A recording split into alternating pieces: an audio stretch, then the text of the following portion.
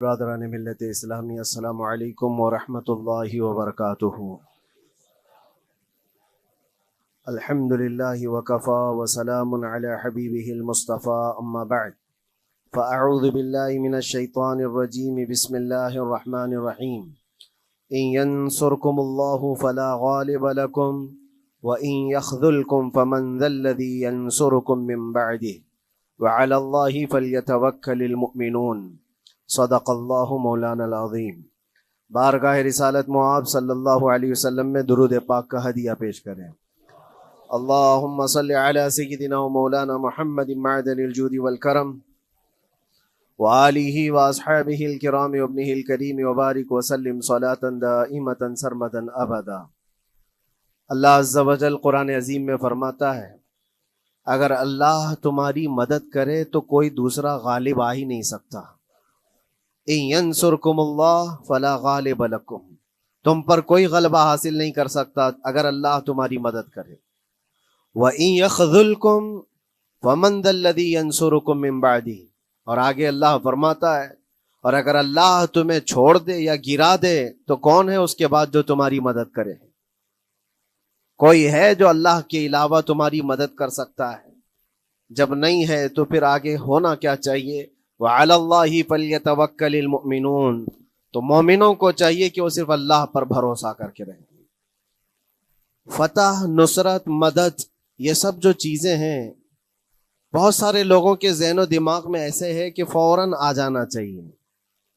کوئی بھی فتح ہو، کوئی بھی مدد ہو، بغیر تمہارے اسٹرگل کیے ہوئے، بغیر مصیبت اٹھائے ہوئے نہیں ملے گی۔ اگر فتح و نصرت یوں ہی آپ کو روزانہ ملنے لگ جائے تو کیا رسول پاک صلی اللہ تعالی علیہ وسلم مدینہ طیبہ میں بیٹھ کر دعا کرتے تو ساری چیزیں فتح یاب نہیں ہو جاتی؟ آپ صلی اللہ تعالی علیہ وسلم کو بدر میں جانے کی ضرورت کیا پیش آتی؟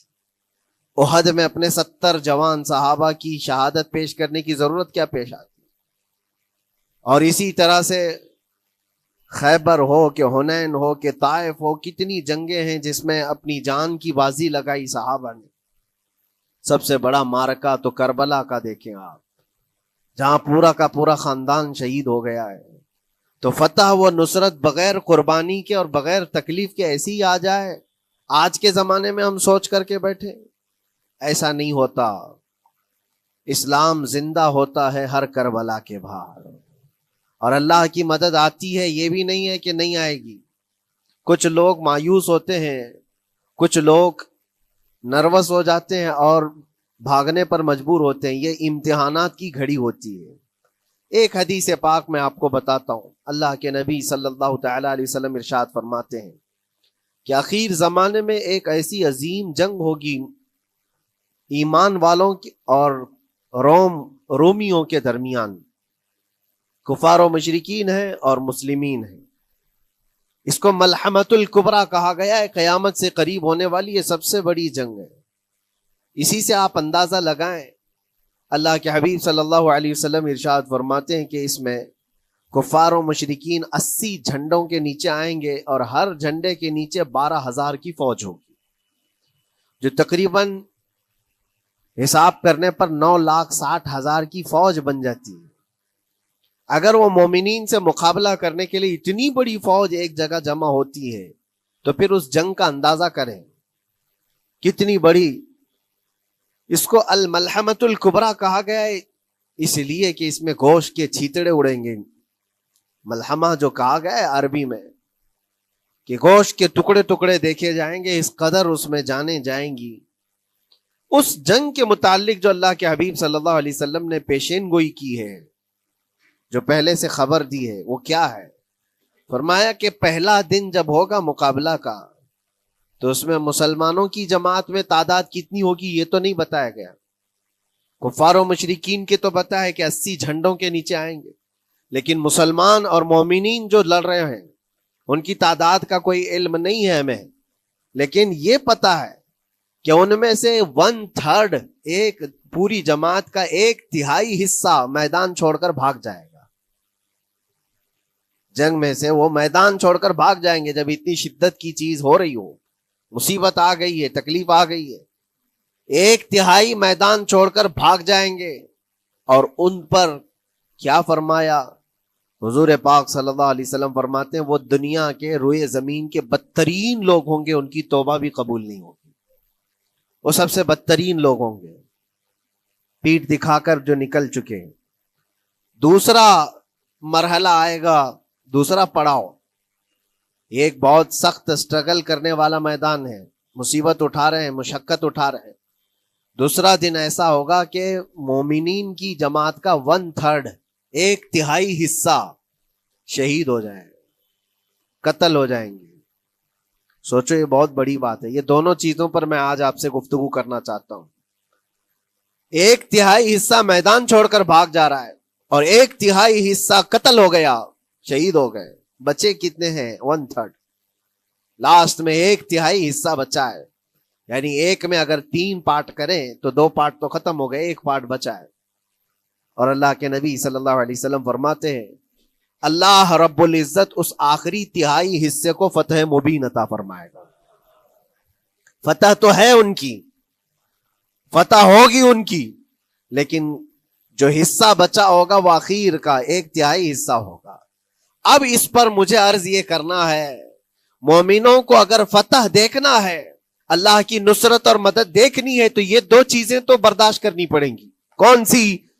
پہلی چیز اپنوں کا چھوڑ کر بھاگ جانا, اور دوسرا اپنوں کا اپنے سامنے مر جانا. یہ دونوں چیزیں ہمیں دیکھنا پڑے گا. بہت سارے ایسے ہوں گے جو چھوڑ کر جا چکے ہوں گے, دامن چھڑا رہے ہوں گے, بھاگ چکے ہوں گے, اور کچھ وہ ہوں گے جو لڑتے لڑتے اپنی جان دے چکے ہوں گے. یہ دونوں بھی بہت سخت مسئلے ہیں میرے عزیزوں. انسان کو یہ پگھلا دیتی ہیں چیزیں. اگر آپ کو ایسا لگے کہ میرے اپنے جاننے والے لوگوں میں سے کچھ لوگ مجھے چھوڑ کر بھاگ جا رہے ہیں, تو یہی انسان ٹوٹ جاتا ہے. اس کے دل کی کیفیت بدلنے لگ جاتی ہے. وہ پھر مایوسی کا شکار ہونے لگتا ہے. میری جماعت میں 100 لوگ تھے, 90 تو بھاگ رہے ہیں, 10 کیا کریں گے؟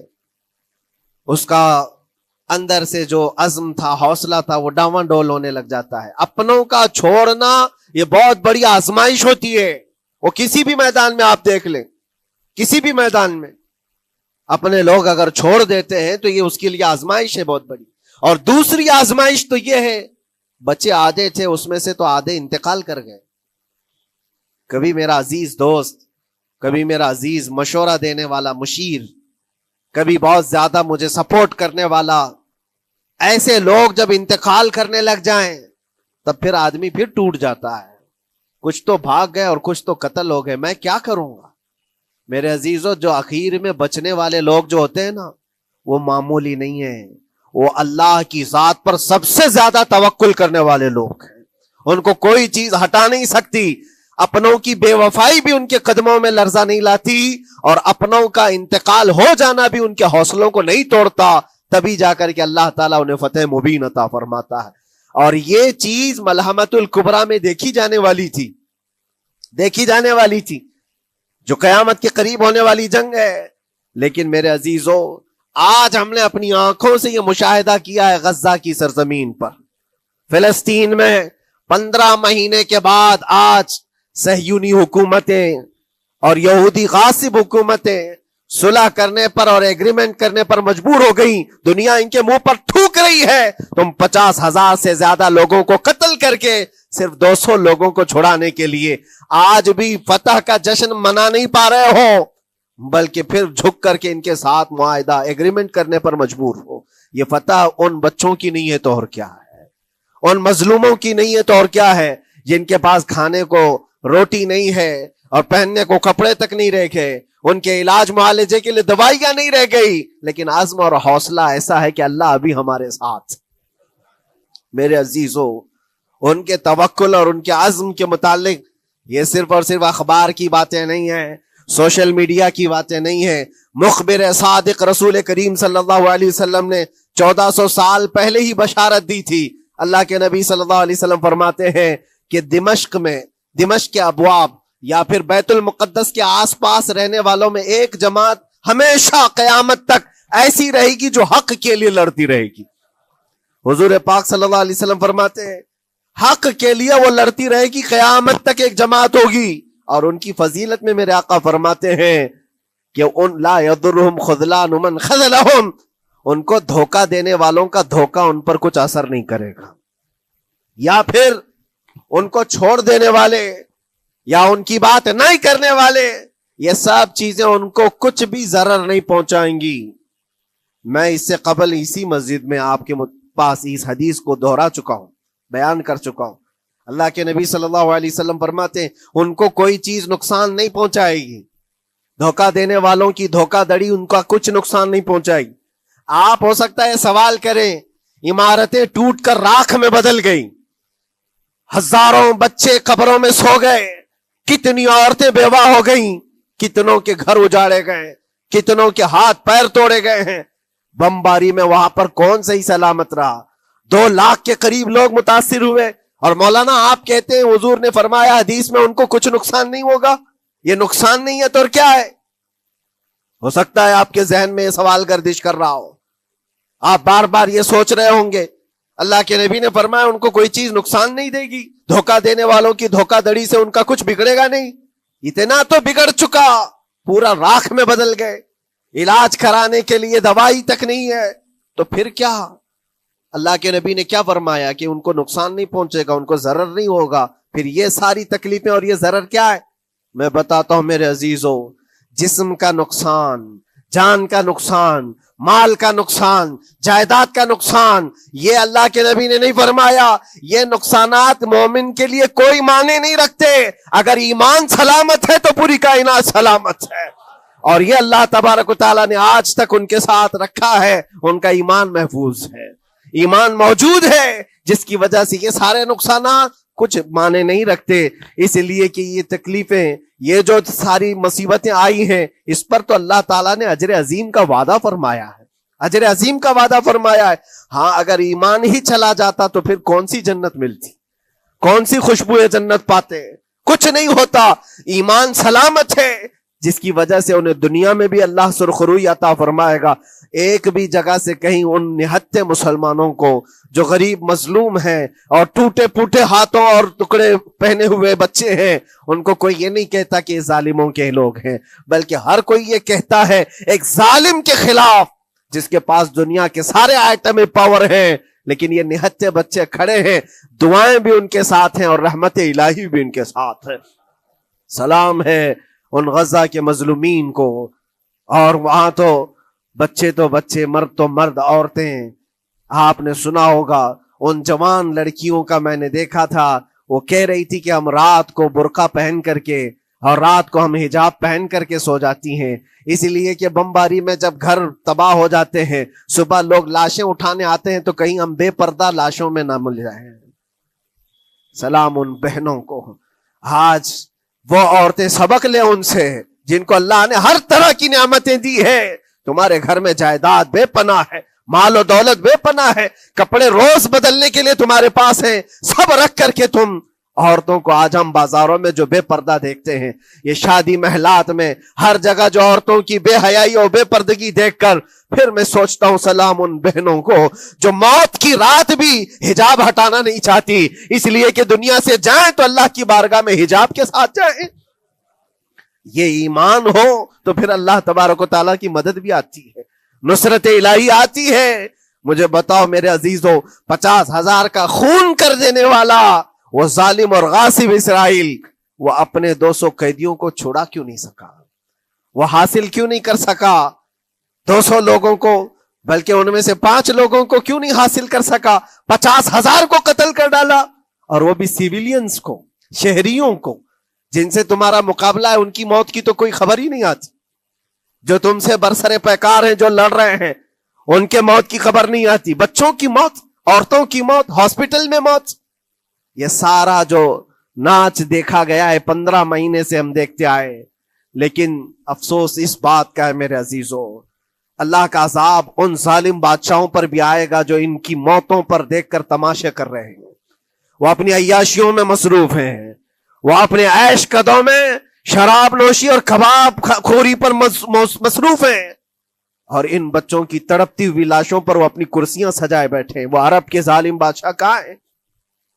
جن کے گھروں میں سونے کے ٹوائلٹ بنائے گئے ہوں، جو سونے کی کرسی پر بیٹھ کر کے حکومت اور تخت بچھاتے ہوں، میرے عزیزو ان کی بھی پکڑ آنے والی ہے، آپ انتظار کرو، کیونکہ اللہ تعالیٰ قرآن میں فرماتا ہے وَسَيَعْلَمُ الَّذِينَ ظَلَمُوا أَيَّ مُنْقَلَبٍ يَنْقَلِبُونَ، ان قریب ظلم کرنے والے یہ پہچان لیں گے کہ اللہ ان کو کس پلٹی میں گرائے گا، وہ کس پلٹی میں، کس کھائی میں جا کر کے گریں گے۔ اندازہ کرو، ظالم صرف وہی نہیں ہے جو بمباری کرتا ہے اور قتل عام کرتا ہے، ظالم وہ بھی ہے جو تماشائی بن کر کے لوگوں کا سپورٹ کرتا ہے، ان لوگوں کو سراہتا ہے جو ظلم کر رہے ہیں۔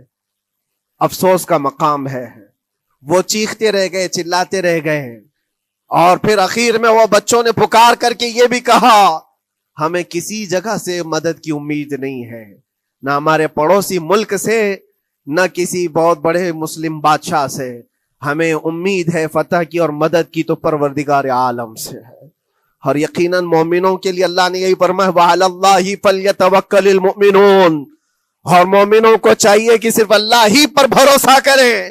میں نے دیکھا ہے میرے عزیزو، یہ دنیا صرف اور صرف لالی پاپ پکڑا سکتی ہے تمہیں، ان کے ہاں مدد کی کوئی گنجائش نہیں ہے، یہ ہمارے ساتھ کھیلتے ہیں، ان کے دلوں کے اندر سے رحم غائب ہے، یہ بچوں کی تڑپتی ہوئی لاشوں کو دیکھ کر کوئی آواز تک نہیں اٹھاتا، جو آواز اٹھانے والا اس کو کیس کر کے بند کر ڈالیں گے۔ جو بھی اگر مظلوموں کے لیے آواز اٹھائے، ان کا پرچم لہرائے، تو کتنے تو یہاں پر FIR ہو گئے، بند کر دیے گئے۔ کیوں؟ مظلوموں کے لیے آواز اٹھانا کیا یہ ہمارا رائٹ نہیں ہے، ہمارا حق نہیں ہے؟ تم ظالموں کے لیے علل اعلان بات کر سکتے ہو، ہم مظلوموں کی بات بھی نہیں کر سکتے، کیسی بات ہے؟ میرے عزیزو، ہم جس دنیا میں جی رہے، اسی لیے میں آپ سے کہتا ہوں اٹھو وہ گھر نہ حشر نہ ہوگا پھر کبھی، دوڑو کہ زمانہ چھال اپنی چل گیا، قوت عشق سے ہر پست کو بالا کر دو، دہر میں نام محمد سے اجالا کر دو۔ تمہارے پاس طاقت و قوت نام کی کوئی چیز ہے تو وہ ایمانی طاقت ہے، باقی کوئی چیز، کوئی طاقت و قوت تمہاری مدد نہیں کرے گی۔ وہ قوت ایمانی ہے جو بدر میں صحابہ کے ساتھ تھی، وہ قوت ایمانی ہے جو احد میں بھی صحابہ کے ساتھ تھی، وہ ایمانی طاقت و قوت کا جوش ہی ہے جو 4000 ہوتے تو 40,000 پہ بھاری ہوا کرتے تھے، وہ ایمانی طاقت و قوت ہی ہے جس پہ اللہ کی مدد اور نصرت آتی ہے۔ آج مومنو، آپ سب سے زیادہ اللہ پر توکل کرو، اللہ پر بھروسہ کرو۔ میں نے دیکھا ہے میرے اپنے معاملات میں 8 مہینے تک میں اسٹرگل کرتا رہا، پل پل دیکھتا رہا، اور ایسی زمین پر مجھے لٹایا جاتا جہاں فرشی بھی نہیں ہے، پتھروں کی زمین پر لیٹ لیٹ کر کے ہماری کمر ٹوٹنے پر آتی۔ اس وقت لوگ یہ کہتے فلاں کی طرف سے مدد آ جائے گی، فلاں کی طرف سے مدد آ جائے گی، ہم نے یہ لائن بھی لگا دی ہے، یہ سورس بھی لگا دیا ہے، ہر طرف دیکھتا رہا، اخیر میں پھر یقین ہوا مدد کہیں سے نہیں، میرے پروردگار سے ہی آئے گی۔ اللہ ہی مدد کرتا ہے مومنوں کی، بس یہ ہے کہ صبر ضروری ہے اور تھوڑی مصیبت اٹھانا ضروری ہے، اس لیے کہ مزاج ہے اسلام کا، اسلام زندہ ہوتا ہے ہر کربلا کے بعد۔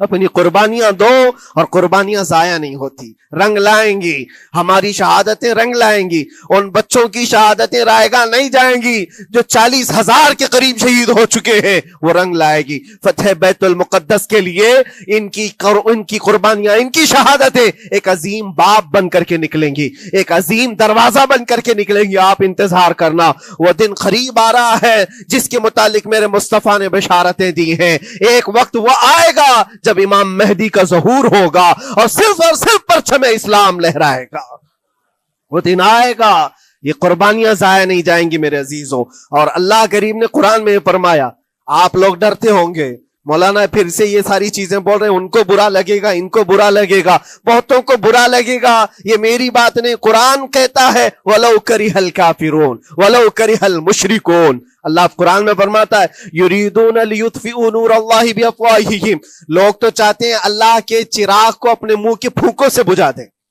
اللہ کے چراغ کو اپنے منہ کے پھونکوں سے بجھا دیں۔ اللہ کا چراغ اسلام ہے، اللہ کا چراغ یہ قرآن ہے، اللہ کا چراغ رسول پاک کی ذات ہے، اور ظالم یہ چاہتے ہیں اپنے منہ کے پھونکوں سے اس چراغ کو بجھا دیں۔ اور قرآن کہتے ہیں واللہ متم نورہ، اللہ تعالیٰ اپنے نور کو، اپنے چراغ کو مکمل کر کے رہے گا اور پوری دنیا میں غالب آ کر رہے گا۔ آخر میں یہ جملہ اللہ نے فرمایا، اگرچہ کافروں یہ بات ناپسند کرتے ہوں، اگرچہ مشرک یہ بات ناپسند کرتے ہوں، میں نہیں کہہ رہا، اللہ کہہ رہا ہے یہ بات تو بری لگے گی ہی۔ ایسا کیوں بولتے ہیں؟ اس لیے کہ یہ ہونے والا ہے جو قرآن نے کہا۔ یاد رکھو، زمین اوپر جا سکتی ہے، آسمان نیچے آ سکتا ہے، لیکن میرے رب کا فرمان کبھی ٹل نہیں سکتا۔ جو قرآن نے کہا ہے وہ ہو کر رہے گا، اور اسی پر ایمان ہم سب مومنوں کی شان ہے، ہم سب مومنوں کی شان ہے۔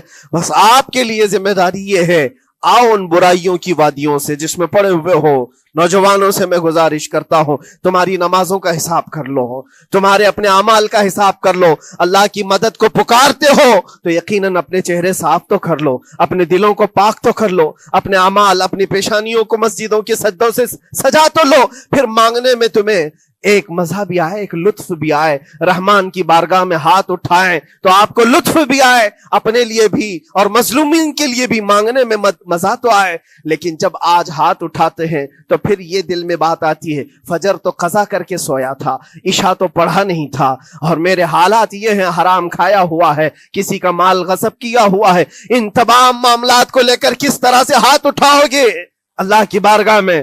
پہلے اپنے آپ کو پاک کر لو میرے عزیزوں، جب صاف ستھرے ہو جاؤ تو پھر اللہ کی مدد بھی آئے گی۔ اس لیے کہ دنیا میں ہم نے دیکھا ہے، صاف پیالہ لے کر کے آؤ گے تو دودھ بھی ڈالا جا سکتا ہے اور مٹھائی بھی دی جا سکتی ہے، لیکن پیالے میں ہی کیچڑ بھر کر کے لاؤ تو دودھ دینے والا کیا اس میں دودھ ڈالے اور مٹھائی دینے والا کیا اس میں مٹھائی ڈالے۔ یہ تو دنیا والوں کا دستور ہے، بلا تشبیہ و بلا تمثیل۔ اپنے پاک دلوں کو لے کر اللہ کی بارگاہ میں جاؤ تو فوراً تمہارے لیے مدد بھی آ جائے، فوراً مدد بھی آ جائے۔ اللہ کریم ان غزہ کے نہتے اور مظلوم مسلمانوں کی فتح کو سدا قائم و دائم رکھے، اور ان کے ٹوٹے پھوٹے بکھرے گھروں کو اللہ تعالیٰ پھر سے آبادی عطا فرمائے، ان کے کمزوروں کو مولا طاقت و قوت عطا فرمائے، ان کے شہیدوں کو مولا اجر عظیم نصیب فرمائے، ان کی بیواؤں کو مولا صبر جمیل عطا فرمائے، ان کے یتیموں کو مولا طاقت و قوت عطا کرے، ان کی مسجدوں کی آواز اور ان کی گونج کو مولا پھر سے بلندی عطا فرمائے، اور ان کے صبر اور ان کے استقامت اور ان کے حوصلے کو مولا پورے دنیا کے مومنین کے دلوں میں قائم عطا فرمائے۔ ان کے ہر طرح کے حوصلے، ان کے صبر اور ان کے مجاہدانہ استقلال کو مولا ہم سب کے لیے ذریعے نجات عطا فرمائے۔ ہماری نسلوں کے لیے اللہ تعالیٰ ایک سبق آموز حکایت عطا فرمائے۔ مولا کریم تیرے دربار میں دعا ہے، ہم سب کو بزدلوں کی جماعت سے نجات عطا فرما۔ مولا ہم کو منافقین اور مشرکین اور کافرین کے وسوسوں اور ان کے تمام فتن و شرور سے محفوظ فرما دے۔ ہم سب کو ظالموں کے ظلم سے بچا، فتینوں کے فتنے سے بچا، شرین کے شر سے بچا، حاسدین کے حسد سے بچا، جلنے والوں کی جلن سے محفوظ فرما۔ خدایا قدیر و جبار، آخری سانس تک ہمارے ہاتھوں کو غیروں کے سامنے پھیلنے سے محفوظ فرما دے۔ تو اپنا اور اپنے حبیبوں کا محتاج بنائے رکھ۔ وآخر دعوانا ان الحمدللہ رب العالمین۔ السلام علیکم۔